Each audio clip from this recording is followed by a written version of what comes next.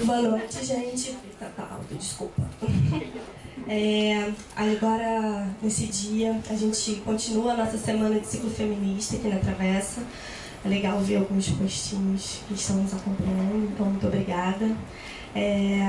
Sempre válido lembrar, por isso minha fala inicial, que esse evento acontece numa parceria da Livraria da Travessa com a Escola Parque, o Colégio Pedro II, a Rádio MEC, o Museu do Amanhã e todas as nossas editoras parceiras, né? Hoje, infelizmente, a nossa curadora do ciclo, a Lívia Magalhães, que é da UF, não pôde estar presente, mas eu faço as honras de receber vocês. E hoje a nossa mesa, não sei, para mim tem esse caráter bem especial. Eu estou muito feliz e muito emocionada de ter vocês aqui presentes.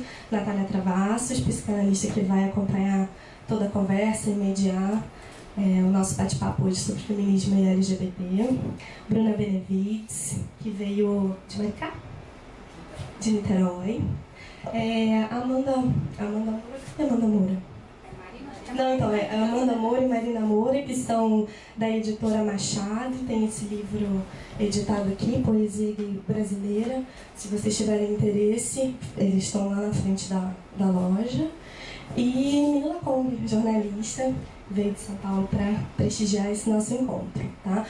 Desculpa, Natália, esqueci do seu livro, que ela escreveu com um Coutinho Jorge, Transsexualidades, inclusive a gente lançou no ano passado, foi uma maravilha. Esse pequenininho aqui também está lá na frente. No mais, eu agradeço a todos pela presença. Na próxima sexta-feira aqui em Botafogo também a gente tem um encontro que é só especial de poesia. E na próxima semana em Ipanema sobre literatura negra feminina. Eu espero ver vocês lá também, tá? Muito obrigada.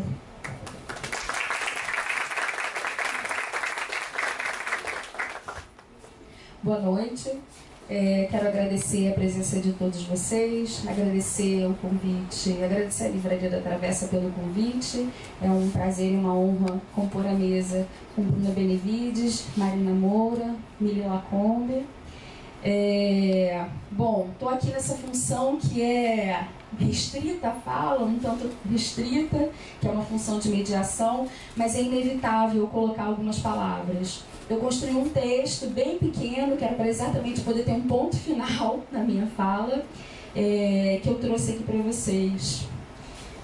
Bom, vamos lá. Missão difícil essa, de mediar uma mesa com um tema tão importante e plural, que é a sexualidade.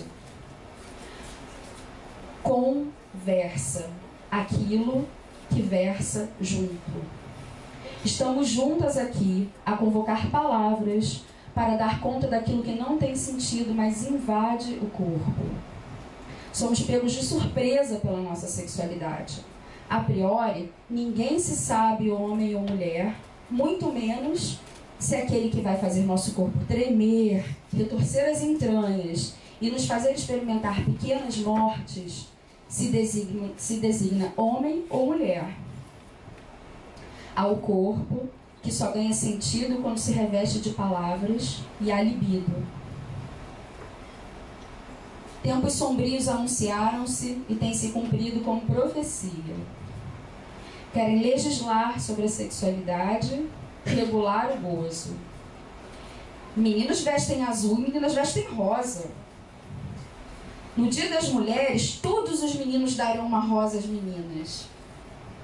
Fica até difícil atribuir qualquer adjetivo a tais colocações, mas não é necessário grande capacidade crítica para saber a dimensão dessa violência e a devastação que tais declarações podem causar, principalmente aquelas pessoas que estão fora da heterossexualidade.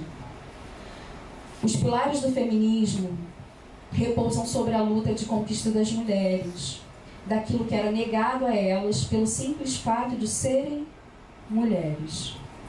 O corpo da mulher, especialmente seu sexo, sempre causou estranheza ao homem, e a incapacidade de suportar a diferença leva à hostilidade nas relações sociais. A pequena diferença entre o corpo feminino e o masculino remete o homem ao seu pior pesadelo. Seu horror é tão grande que ao cometer um estupro, por exemplo, muitas vezes os homens dilaceram a genitália feminina com objetos. Porém, a agressão não para por aí, e o que podemos entender como repúdio ao feminino excede a anatomia. O feminino não é uma exclusividade da mulher. Os relatórios de violência indicam que há uma sobreposição de elementos que tornam o sujeito mais ou menos vulnerável, dentre eles a orientação sexual e o gênero. Abordar a sexualidade pelo viés de algumas letras certamente não contemplam todas as possibilidades. Arrisco afirmar que precisaríamos de quase 8 bilhões de letras para falar da sexualidade do planeta, e mesmo assim não seria suficiente. Enfim, sigamos com o LGBT+, e sua articulação com o feminismo. Um evento chamado Ciclo Feminista, em pleno mês de março, que inclui os homens em sua discussão, já aponta para algo novo no ar. Sim, eu disse homens, porque o G, que está na sigla, refere-se ao homem gay. Mas será que a luta pode estar circunscrita na biologia ou no gênero? Ou será que a questão central está no feminino? A violenta expressão, eu não tenho preconceito contra gay, mas andar afetado por ele já é demais. Ela traz nas entrelinhas, o feminino me ameaça.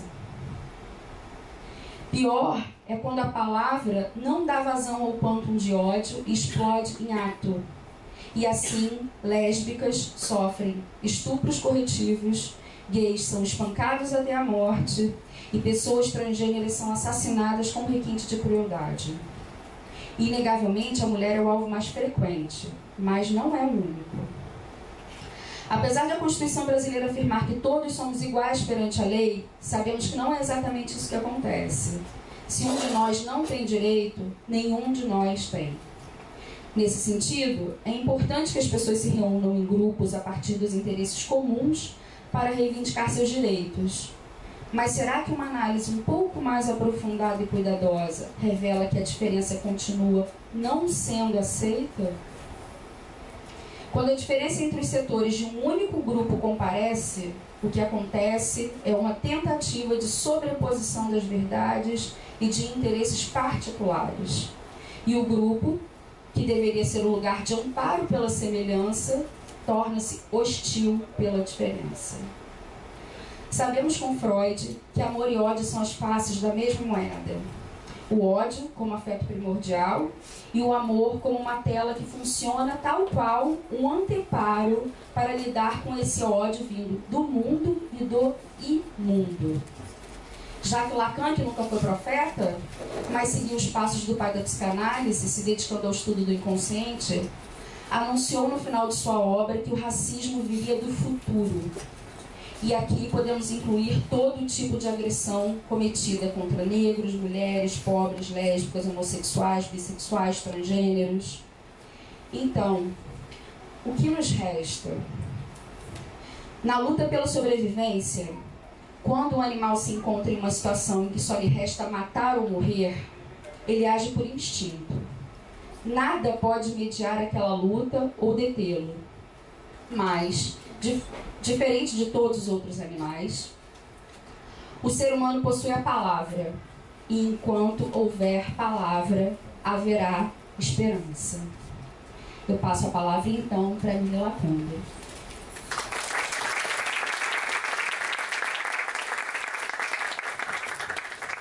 Eu agradeço a presença de vocês aqui, o convite da Travessa, da Planeta, para eu estar aqui agora. Eu queria começar falando da história do meu nome. Meu nome não é Emília, meu nome é Maria Emília Cavalcante Lacombe. Meu nome inteiro é Maria Emília Cavalcante Lacombe. Não tem nada aí que seja da minha mãe, porque quando eu nasci, meu pai me registrou a revelia. Meu pai era um homem bacana, tá? Mas ele me registrou a revelia. Minha mãe ainda estava no hospital, ainda estava... em 1967, então imagino que seja uma coisa mais complicada do que é hoje. E ele me registrou com o nome só dele. Ele queria homenagear uma tia dele, da família dele, mas o fato é que ele rompeu ali a minha ancestralidade com a minha mãe. Eu não tenho o sobrenome dela. E isso sempre foi um motivo de muita dor para minha mãe. Minha mãe não é feminista. Se eu perguntar para ela hoje, ela vai dizer que ela não é. Mas essa história deixa ela muito triste. Ela queria muito que eu mudasse meu nome. Mas dá uma preguiça, gente. Mas eu entendo, hoje, entendendo melhor o feminismo, eu entendo o que ela quer e eu realmente acho que é inevitável que eu faça isso. Mas eu estou falando isso por quê? Porque essa é uma violência. Meu pai, um homem que nunca agrediu minha mãe, cometeu uma violência contra minha mãe. Essa e muitas outras pequenas violências. A gente começa a entender as pequenas violências que estão no dia a dia do machismo. E é o feminismo que está fazendo a gente entender essas violências. Eu acho que existe, a gente começa também a perceber como a linguagem é importante. Porque se a gente entende violência só como delinquência, ou tem violências muito fáceis de serem notadas, né? Quando alguém é agredido, quando uma casa é roubada, essa violência ela é imediata. Mas a violência que desumaniza alguém, que é a maior violência que você pode cometer contra um ser humano, essa é difícil de ser percebida. E o feminismo dá armas para que a gente perceba essas violências. E esse novo feminismo, ele usa conceitos e expressões que são muito rápidos, fáceis de ajudar a gente a entender o que está acontecendo. Porque existe uma guerra aí de linguagem, é uma guerra que a gente está perdendo muito feio para o outro lado. Um lado que, por exemplo, chama de pró-vida a luta contra o aborto. Quem é contra a vida? Eles ganharam essa luta aí, na nomenclatura. Eles usam também, por exemplo, o feminismo já foi associado a uma coisa que a mulher é chata, a mulher é feia. Fala feminismo, você mais ou menos associa isso. A gente está tentando ressignificar isso agora, né? Então, a luta para que a gente tenha uma linguagem que comunique não só os nossos lugares, mas todos os outros lugares, a luta anti-LGBTfobia, a luta antirracista, a luta pelo feminismo, essas linguagens a gente ainda não conseguiu fazer com que elas explodam os nossos lugares e elas comuniquem a luta para uma parcela maior da população. E tem uma palavra muito importante, eu acho, nessa luta que a gente também perdeu, que é liberdade. Liberdade hoje é uma palavra associada a mercado livre. Mercado livre é liberdade. Então, quanto menos intervenção do Estado, mais livres seremos. Quando é justamente o oposto, né? As regulações do Estado, elas ajudam o oprimido a ter armas e a lutar contra o opressor. Mas do jeito que as coisas estão colocadas hoje, toda vez que a gente fala em mercado, qualquer coisa que critique o mercado livre, você já é reacionário, você já é comunista. É uma outra luta que a gente perdeu. E eu estou dizendo isso porque a grande luta, eu acho, que engloba todas as outras, é a luta contra o capitalismo. E é uma luta ainda pouco comentada, pouco falada. A gente não... Se você vai numa mesa de bar e você quer falar sobre Dalpu, ou casamento gay, ou qualquer outra coisa, você vai encontrar quem converse com você. Mas se você falar o capitalismo morreu, vão te acusar de comunista imediatamente, e nada ali vai sair disso. Porque a gente não tem essa luta do nosso lado, a gente não consegue comunicar a importância do fim desse sistema para que todos os alicerces dele, que são o racismo, a LGBTfobia e o machismo, caiam junto com ele. Então, por exemplo, uma grande empresa, ou até uma pequena empresa. A gente fala muito em democracia, que é uma outra palavra que todo mundo, claro, ninguém vai dizer não sou democrata. Embora hoje haja quem diga isso claramente, nem se envergonha. Mas enfim, de uma maneira geral, as pessoas dizem sim, sou a favor da democracia. Mas a gente só entende democracia no espaço, no nosso espaço fora do trabalho. Porque dentro do trabalho a gente vive pequenas ou grandes ditaduras. A gente tem uma pessoa mandando em várias outras. Às vezes 10 pessoas mandando em várias outras. E quem elege essa pessoa não são as várias outras. E um código de ética que é feito por uma pessoa, ou 2 pessoas, ou 3 pessoas, que precisa ser cumprido por milhares de pessoas, que não sabem se amanhã elas vão ter aquele emprego. Então a gente vive numa sociedade que exige que todos nós trabalhemos para sobreviver, mas que é incapaz de dar emprego para todo mundo. E eles precisam que nós, aqui desse lado, continuemos brigando entre si, porque eles precisam desses corpos vulneráveis, desses corpos descartáveis, para que a gente siga sendo explorado. Então, acho que essa é a grande luta e ela é inescapável agora. Ela é realmente inescapável, porque ou a gente luta essa luta agora, ou a gente vai ser engolido pelo que a gente está vendo aí acontecer no mundo inteiro. É horroroso o que está acontecendo no Brasil, mas está acontecendo também nos Estados Unidos, está acontecendo também na França, está acontecendo na Itália, está acontecendo no mundo inteiro, é uma tendência. Então, é claro que isso é só uma resposta a muitas coisas que a gente conquistou. Tem outra coisa também, né? Nada foi dado pra gente. Todas as conquistas sociais, elas foram na base de luta, às vezes de sangue. E às vezes dessa violência que vem todo mundo apontar também, ah, meu Deus, tem ali alguém quebrando vidraça. Realmente, não é legal quebrar vidraça. Mas tem violência maior do que você desumanizar a pessoa que está agora ali quebrando a vidraça, porque ela não chegou ali por acaso, né? Então acho que está na hora da gente olhar para a grande luta que a gente tem pela frente, que é a luta contra esse sistema capitalista. O que vem depois dele, a gente não tem como saber. Sociedades a gente não consegue desenhar no papel. A gente precisa tentar para ver se vai dar certo ou não. Esse sistema capitalista foi muito bom em acumular riqueza, mas é incapaz de distribuir. Ele que precisa ir embora. Quando ele for embora, a gente talvez nem precise mais lutar contra o racismo, contra a LGBTfobia e contra o machismo. É ele que aprisiona a gente nesse estado que a gente sequer consegue entender que a gente é prisioneiro. Porque ninguém aqui é livre. Nós não somos verdadeiramente livres.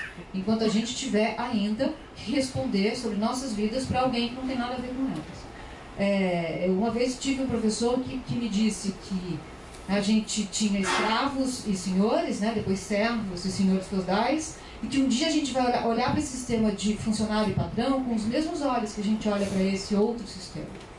Então eu acho que por mais comunista que isso possa soar, é mesmo se apropriar dos meios de produção, para que tudo venha abaixo. E a gente precisa começar a ganhar essa linguagem. A gente precisa começar a comunicar isso de uma maneira que seja entendível para quem está do lado de lá. Obrigada.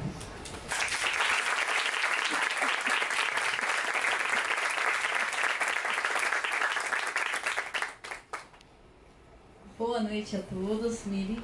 Parabéns pelas palavras questionadoras. Eu acho que é isso que a gente precisa hoje, mais do que nunca.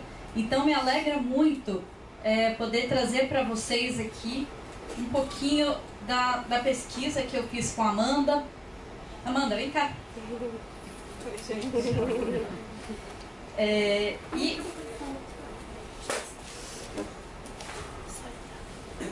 falar sobre as mulheres que compõem essa luta.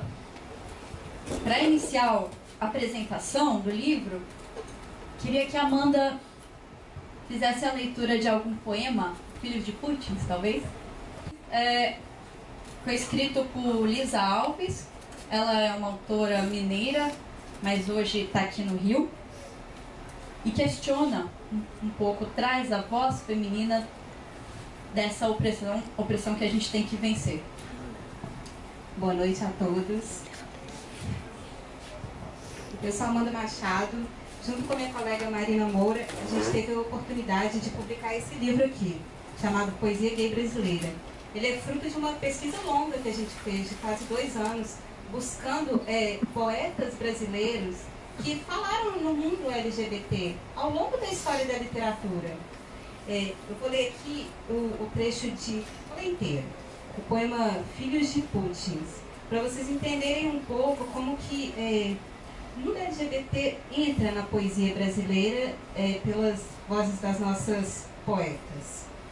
Filhos de Putins. Pedras nos bolsos para pesar o corpo e mantê-lo submerso às leis de Putins, felicianos e cartilhas sagradas. Pedras nos bolsos para sentir o peso de se carregar o fardo da natureza bruta. Pedra nos bolsos para vingar a amiga curada à força pela escritura de Jeová. Joga pedra na genitália. Pedra nos bolsos para lançar na corda de saída ou na cabeça fechada desses filhos de Putins. Não passamos de um cérebro resguardado por ossos, revestido por carne, acrescido por sexos, pincelado por cores e exteriorizado por palavras. Cruzei a ponte mais estreita para pousar minhas tendências no teu sexo fêmeo, no teu sexo flor. Praguejaram, serão lançadas ao inferno, mas já estávamos condenadas às fórmulas e às relações matemáticas. Os juízes terrenos superavam o demo. Desejávamos era impor nossa combinação de seios e delicadezas, e intransigir o verbo imperativo de polos desiguais. Só que a corda no teu pescoço se antecipou ao meu abraço.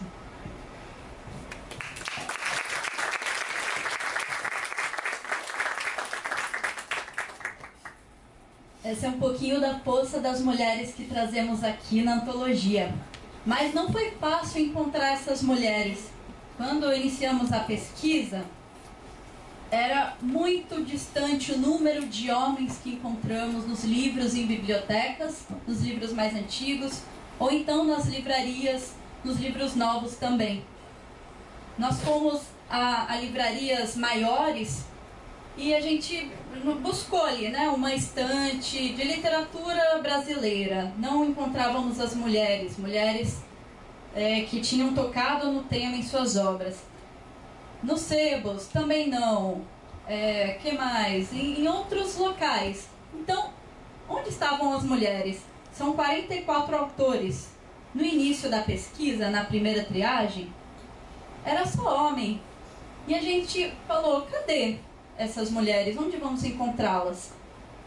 Tivemos que fazer uma pesquisa em profundidade para encontrá-las. Então, elas estavam na internet, em sites, em blogs, muita coisa em fanzine. Aí nós temos um agradecimento muito grande para fazer a Angélica Freitas, que pôde nos apresentar um fanzine. As mulheres em Pelotas, eu não sei o que tem aquela cidade, mas que mulheres pulsantes também.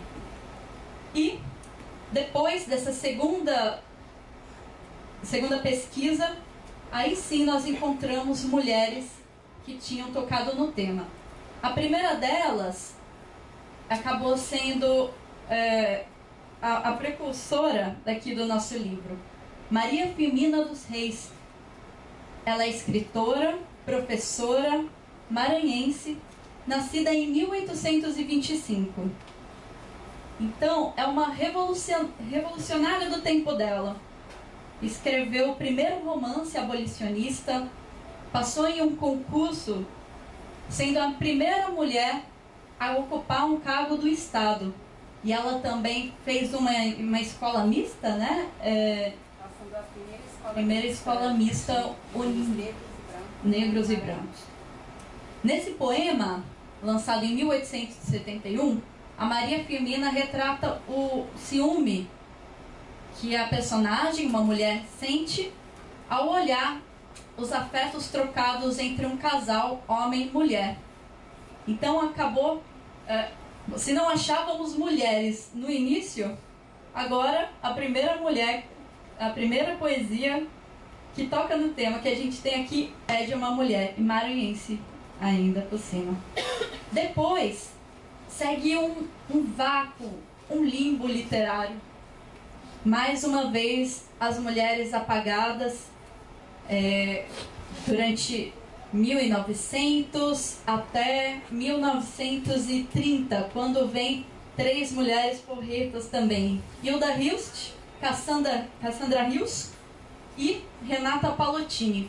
Cada uma à sua maneira vai tocar no tema homossexualidade de maneira particular. Hilda Hilst, imagino que vocês conheçam, com aquele jeito dela forte, escrachado, irônico. É dela um poema chamado Filó, a fadinha lésbica. Ela era gorda e miúda, tinha pezinhos redondos, a cona era peluda, igual a mão de um mono.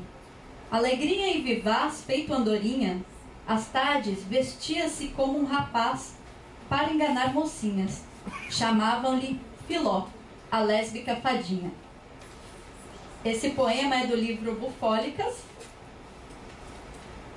E nós encontramos outros também de Hilda que tocam no tema dessa mesma forma.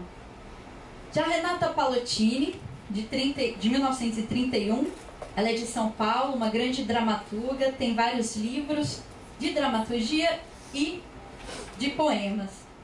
Ela traz uma questão muito importante, pouco debatida na literatura e na sociedade.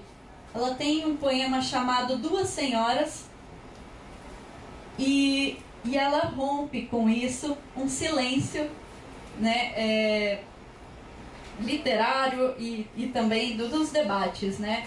Se vocês quiserem ver, Duas Senhoras tem um vídeo poema no YouTube em que uma poeta nossa conhecida declama o poema. Dessa época também tem a Cassandra Rios, a autora mais proibida do Brasil.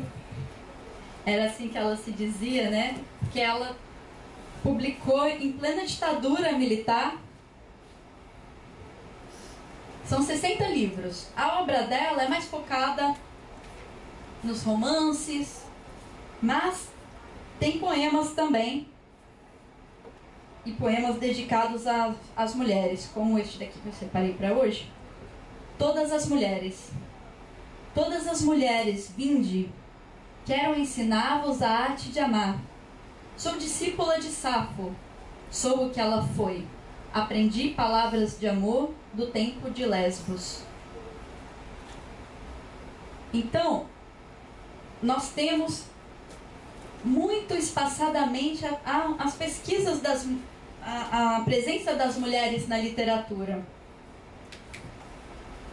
Não sabemos ainda que tipo de questões sociais ou editoriais fizeram com que essas pesquisas fossem difíceis.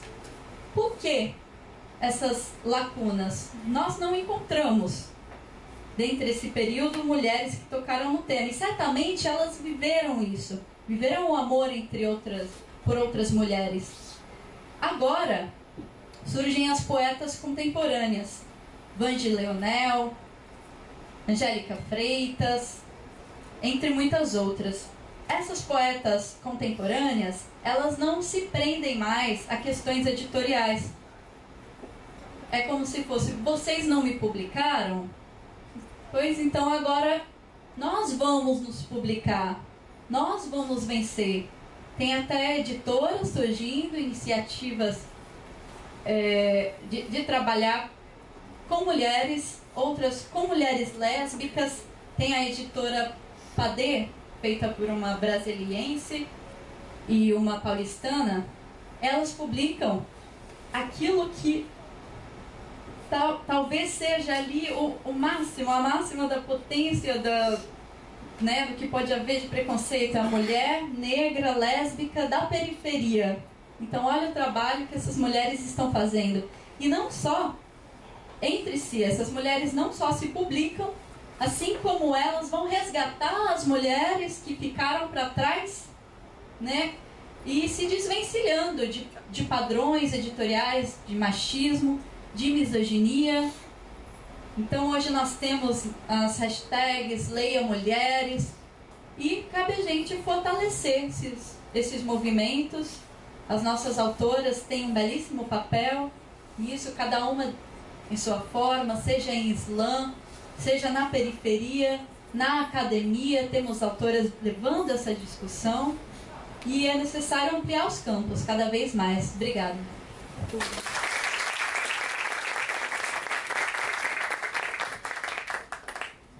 A palavra então agora é Bruna Benevides. Aqui a gente quebrou o protocolo, não sabia se ela ia apresentar ou não. Boa noite a todos, todas e todos. Sou a Bruna Benevides. Antes de mais nada, dizer de onde que eu venho, de onde caiu essa louca aqui. Eu moro hoje em Maricá, mas a minha militância, todo o movimento que eu construo, surge a partir de Niterói, no Grupo de Diversidade de Niterói, uma instituição que já tem 15 anos na cidade, e hoje a gente já está em nível nacional, quiçá regional em termos de América Latina. Eu faço parte das 4 maiores redes de atuação de defesa do direito da população LGBT do Brasil, entre elas a ABGLT, Associação Brasileira LGBT, a ANTA, Associação Nacional de Travestis e Transsexuais, Rede Nacional de Operadores de Segurança Pública LGBT e agora Sistema Internacional de Informações de Violência contra LGBT, que é sitiado na Colômbia, mas a gente está fazendo esse informe da quantidade de violências que acometem a população LGBT no Brasil, mas que também acomete nessa onda fascista que está tomando o mundo. Também é uma tendência que está acontecendo na América Latina e estamos muito preocupados e preocupadas com esses rumos que a gente está tomando. Eu sou uma mulher feminista, antes de ser uma pessoa trans, eu sou feminista, mas também sou transfeminista porque eu luto pelos direitos da população trans. E eu costumo dizer que nós temos uma dificuldade muito grande ainda de debater esse tema, porque normalmente ainda é muito enviesado sobre um viés de muitos tabus, muitos estigmas, muito preconceito, muita dificuldade em ouvir quem são essas pessoas que agora aprenderam a falar, porque antes a gente não sabia. Eu faço sempre um resgate histórico. Há 25 anos atrás foi quando teve o primeiro Encontro Nacional de Travestis no Brasil, aqui no Rio de Janeiro, e as pessoas que estavam lá, 128 travestis, nenhuma sabia escrever ou ler. Quem fez os anais, quem fez as atas, quem construiu e escreveu eram pesquisadores que na época eram aliados dentro da academia que ajudaram a construir esse movimento. 25 anos passaram e hoje nós temos um movimento que está resistindo e que já aprendeu a ler e escrever, e que a gente está aprendendo a cada vez mais a construir esse Brasil que sempre foi construído por nós, mulheres, nós minorias, nós não pessoas não cisgêneras, nós não brancas, nós pessoas pretas, pobres, porque sempre fomos nós que carregamos a história do mundo nas nossas costas, mesmo o mundo querendo apagar isso. Quando ela diz que tem um limbo, que tem essa dificuldade de achar as autoras, é preocupante, porque durante muito tempo as mulheres elas tinham que usar pseudônimos masculinos, né? Não sei se alguém leu esse livro, quem viu o filme recente que correu ao Oscar, que é a esposa, se eu não me engano, quem viu esse filme sabe do que a gente está falando, né? Ela que escrevia, dando spoiler para quem não viu, mas ela que escrevia e o marido publicava. Então isso acontecia, era uma parte da época, e isso é um absurdo, né? Porque quantas histórias ficaram perdidas e estão esquecidas aí. Então eu venho desse movimento que hoje luta principalmente e ainda pelo enfrentamento da violência, né? Eu digo que o movimento LGBT em geral no Brasil e no mundo, o Stonewall faz 50 anos esse ano, ele não é o principal, mas ele é um marco, né? Ele não é o primeiro, mas ele é um marco. E o movimento surge do enfrentamento à violência. 50 anos passaram, 40 anos de movimento no Brasil, ainda estamos vivendo uma luta constante contra a violência que aumentou desde as eleições para cá. Não sei se alguém já viu, mas já saiu uma pesquisa dizendo que das eleições para cá, mais de 50% dos LGBTs alegaram ter sofrido algum tipo de discriminação mais do que o normal. Então é uma prova de que nós estamos em rumo de eclosão, de explosão, de realmente uma caçada aos direitos das populações que vimos, de alguma forma, avançando, conseguindo minimamente o diálogo. Eu acho que talvez, de uma forma muito simplista, dizer que a dificuldade que nós temos hoje com o atual governo não é só ser a oposição, que eu sou a oposição, mas é porque nós não temos a possibilidade de diálogo. Então talvez esse seja um dos pontos principais que nós precisamos vencer. Governos autoritários tem essa característica, não ouvem. Quem não concorda com o que eu estou falando, sai daqui, se retire. Não à toa foi trocar todo mundo e colocar todo mundo que concorda com a minha cartilha. Não à toa estamos nós aqui nos reunindo nesse espaço incrível para que a gente possa soltar elementos. Não dá para a gente aprofundar, não dá para a gente fazer um debate, não dá para fazer como a Mili trouxe, que fazer as provocações para cada um pensar, se incomodar, sentir aquela coisa no estômago, para dizer assim, ai, será que ela tem razão? Na verdade, ela tem razão. E eu não tenho feito nada com relação a isso. O meu textão no Facebook está resolvendo a vida de quem? Está salvando a vida daquela mulher? Não está. Aquela minha pichação que eu fiz lá na UF não está ajudando a pessoa da faxina. Meu feminismo não está incluindo as mulheres transexuais, as travestis. Meu feminismo não está ouvindo as mulheres pretas da periferia. E eu acho que é isso que a gente está trazendo aqui, né? Se teve alguém que durante toda a história da Constituição da humanidade foi responsável por carregar essa estrutura que está aí, fomos nós mulheres. Não à toa, a primeira mulher legítima, verdadeira e apagada também da história, veja que interessante, né? Foi Lilith, para quem acredita nos mitos do criacionismo. Quem não acredita, fica a dica para pesquisar depois. Então, Lilith foi a mulher que não se dobrou. Foi a mulher que não foi submissa, que disse que não ia ser a bela recatada aí do lado. Então ela se rebelou e foi expulsa do paraíso. Então eu prefiro ser Lilith, porque foi a partir de Liliths e outras Liliths e Marielles e tantas outras durante a história, que nós pudemos avançar e chegar ao ponto de ter, apesar de todas as críticas, podemos ter uma presidente mulher no Brasil, né? Como nós tivemos, apesar de ter sido retirada. Mas essa é uma outra discussão. Mas é porque tudo está interligado. Querendo ou não, gente, o machismo, eu digo que ele é a célula máter de qualquer opressão. E ele se retroalimenta de uma estrutura religiosa que se retroalimenta e fortalece o Estado, que é o capital. Então, se a gente não combater esses três elementos principais de forma muito direta e clara, nomeando os nossos inimigos, a gente não vai conseguir avançar. A gente vai continuar no círculo vicioso de que a gente sabe quem é, mas a gente não consegue fazer um enfrentamento eficaz, porque ficamos pessoas chatas. né? Ai, lá vem a militante chata falar de feminismo. Lá vem a travesti chata falar, sei lá, da disforia de gênero, que inventaram esse termo aí, que já foi, graças a, sei lá, quem vocês acreditam, retirado da OMS. Não somos mais doentes mentais desde junho de 2018, fomos curadas, graças a quem vocês acreditam, como um passe de mágica, porque assim, né?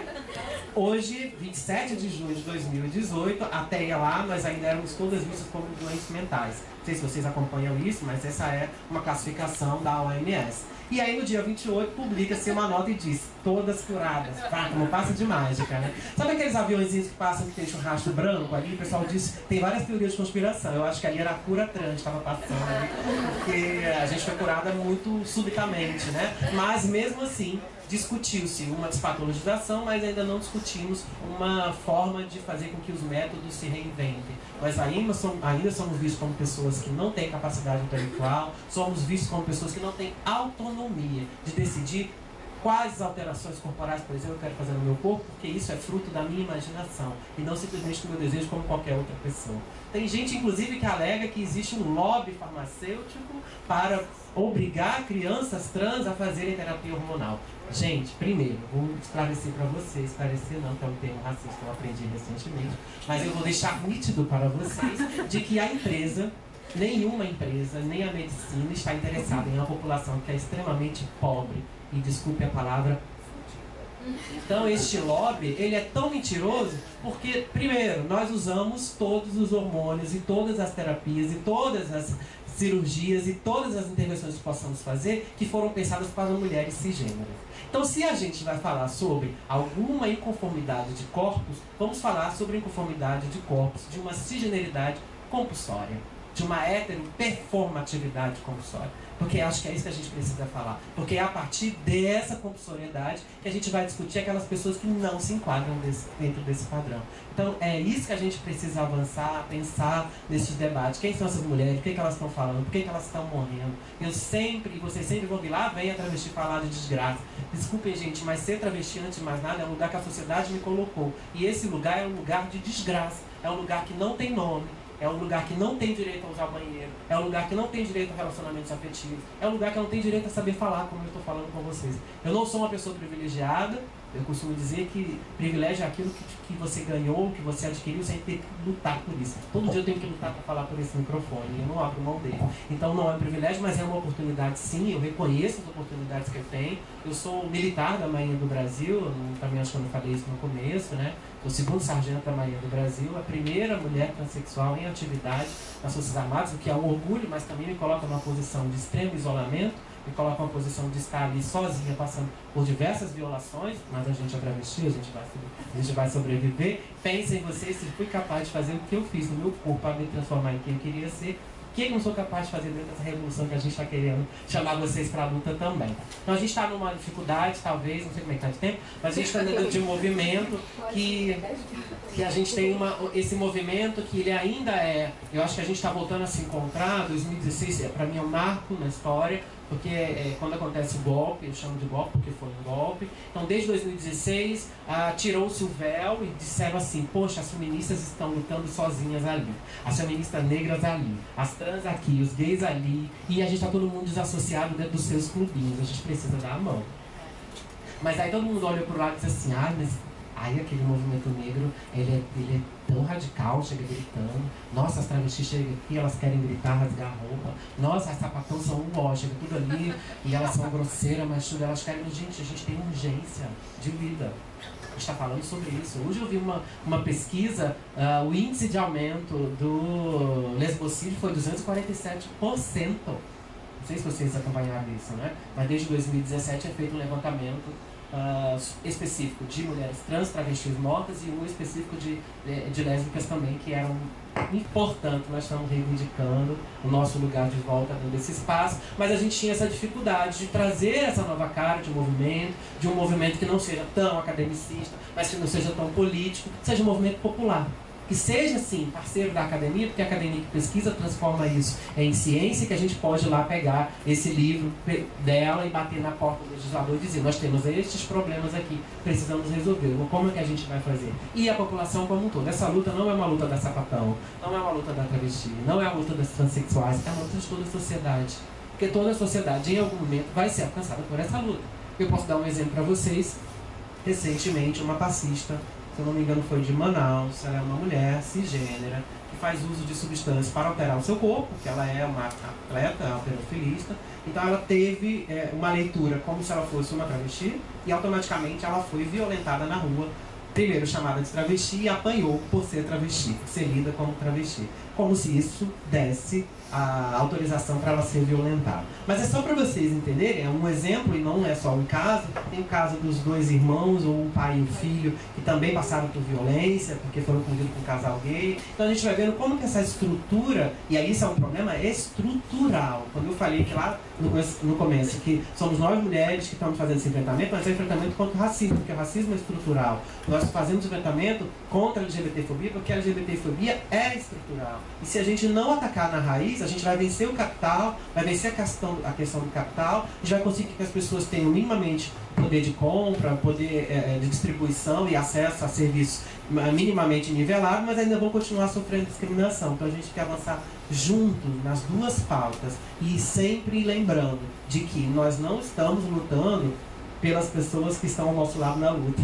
Pelo contrário, nós estamos lutando para aquelas que jamais vão se imaginar capazes de estar dentro da livraria aqui, sentadas, ouvindo e participando de qualquer tipo de debate, né? Isto é, talvez, um dos privilégios que nós temos, estar aqui sentados, um lugar confortável, podendo escolher voluntariamente estar aqui para vir ouvir essas pessoas dar soco na boca do estômago de vocês, para trazer essas inquietações que são verdadeiras e que são reais. Eu estava mexendo no celular enquanto elas falavam, mas eu estava anotando, que agora tudo é tecnologia, né?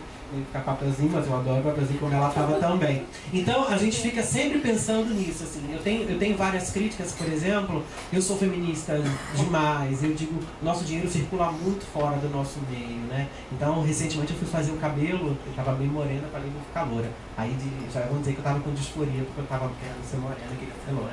E aí eu falei assim, mas eu quero ser loura. E aí eu falei assim, gente, eu vou gastar uma fortuna, porque não tem como, eu tenho que gastar e tal, mas quando aquele salão, daquele menino que faz meu cabelo há tanto tempo, não, vou procurar uma mana, uma mulher que tem um salão para ver se ela vai se fazer. Isso talvez pode ser uma atitude muito simples que eu tomei, mas são atitudes simples do dia a dia que faz com que eu, principalmente, fortaleça aquela pessoa que está ali lutando e que muito provavelmente outras pessoas não iriam ser atendidas por ela por causa de preconceito. E além de ser mulher, é uma mulher trans. É uma mulher trans negra num bairro, gente, que eu tive que gastar uma fortuna de passagem para ir para lá.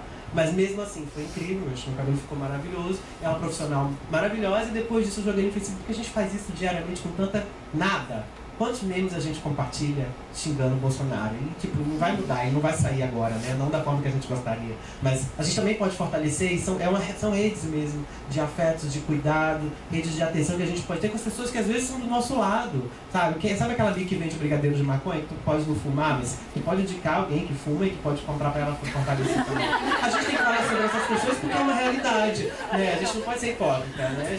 A gente tem que discutir sobre isso. A gente tem que falar sobre sexualidade, epidemia do HIV, é uma realidade. Avançamos tanto no enfrentamento da infecção, no enfrentamento da epidemia, e agora estamos revivendo uma epidemia. E uma epidemia que não é mais um câncer gay, que nunca foi, mas uma epidemia generalizada, né? Outras populações que não se reconheceriam enquanto possibilidade de estarem se infectando, estão se infectando. O advento do Viagra fez que aumentasse, os homens da terceira idade, né? As pessoas passaram a envelhecer, antes não tinham direito à sexualidade, passaram a ter com o Viagra, mas aí acabou, ninguém usa camisinha. Então o índice de pessoas na terceira idade que estão se infectando é altíssimo. A gente precisa discutir sobre essas questões, né? As pessoas dizem, quem tem que discutir sexualidade de gênero são os pais. Mas quem discutiu com os meus pais?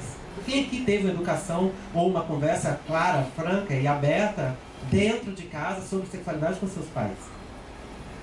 Gente, né? Eu pergunto mesmo de prática, porque a gente sabe que ninguém... Então, onde nossos pais aprenderam para eles falarem? E se for falar, vai falar o que foi ensinado para eles, o que foi ensinado é recheado da LGBTfobia, do machismo, né? Senta como homem, fala como mulher. A gente ensina sempre as mulheres a prevenirem do estupro, mas a gente nunca ensina os homens a não estuprarem. Isso é incrível, isso é uma coisa que a gente... E aí fica mais uma vez a culpa sendo jogada para a mulher. 99% das cuidadoras e das educadoras infantis são mulheres. E aí fica mais uma vez, eu vejo as pessoas dizendo assim, a culpa é das mulheres que criam esses homens machistas. Mas quem ensinou, disse para elas que elas poderiam ser aliadas dessa luta? Né? Pelo contrário, se a gente ainda admite que ser feminista é um xingamento, se a gente fica calado, nos reivindica feminista, desculpa gente, mas sei lá, até aquela cantora, qual é o nome dela? Ana Paula Valadão, é isso? Que é super homofóbica e transfóbica e tudo ruim. É evangélica, né? Até ela é feminista em algum momento, eu tenho certeza, né? Mesmo que ela não se reconheça como tal, porque o direito de ela cantar, dela ser pastora, inclusive, foi adquirido através da luta das mulheres que são feministas. Então isso deveria ser muito bem colocado para todo mundo. A gente não é sozinha, isolada. Eu não sou a primeira trans nas Forças Armadas do Brasil porque eu sou mais maravilhosa, porque eu mereci. Não, tiveram outras que foram expulsas, tiveram outras que foram, sei lá, uma vez, uma delas colocaram um saco de lixo na cabeça dela para tirar ela do quartel porque ninguém que poderia vê-la, sabe? E hoje não, hoje eu tenho minha identidade, eu sou totalmente reconhecida, estou incluída totalmente lá dentro, mas não é só a inclusão que a gente quer, é inclusão, permanência e uma transformação de todos os espaços, para que ninguém tenha que lutar. Eu acho que se o feminismo, o transfeminismo, o movimento LGBT, o movimento negro, todos os movimentos, aliás, só existe movimento social, só existe luta porque existe injustiça.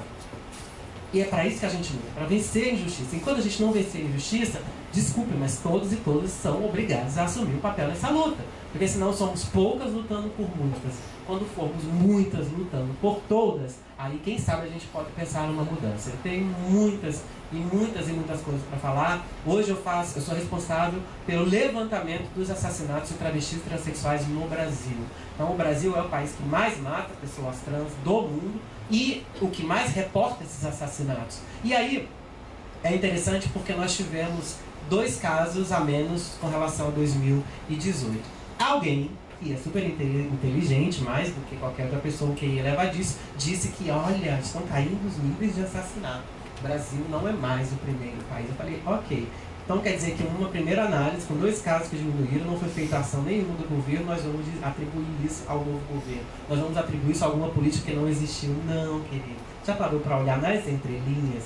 Quanto que nós estamos sendo cada vez mais invisibilizadas? Quanto que a Secretaria de Mulheres está sendo dominada por fundamentalistas religiosos que não vão deixar mais a gente discutir pautas importantes para o feminismo? E como é que a gente vai fazer esse enfrentamento? Colocando pessoas lá dentro. Representatividade importa, mas não é uma representatividade descompromissada. Eu costumo dizer que todas e todos nós, todas as mulheres, todas as pessoas negras, todas as travestis, todas as mulheres transexuais, todas e todos nós temos vivências. Vivências não é o suficiente para vencer essa estrutura que está posta. Precisamos de consciência política, senso de coletividade e de pertencimento. Se eu não me reconhecer enquanto feminista, se eu não me reconhecer enquanto anti-LGBTfobia, eu não vou conseguir contribuir para essa luta. Não basta você só ser contra o machismo. Não basta ser só contra o racismo. É preciso ser antirracista. É preciso ser antimisógino. E isso é no dia a dia, é no ônibus, é no Uber. Eu via no Uber, tinha uma placa, gente, foi bizarro. Para encerrar mesmo, a gente entrou na Voluntária da Pátria, tinha uma placa, quem matou Marielle, mas e o Anderson? Será que a gente vai ficar aturando isso? Porque todo mundo só vai fazer pela Marielle, como se porque a família dele também está sendo apagada, não sei o que. Eu falei, você fez alguma coisa?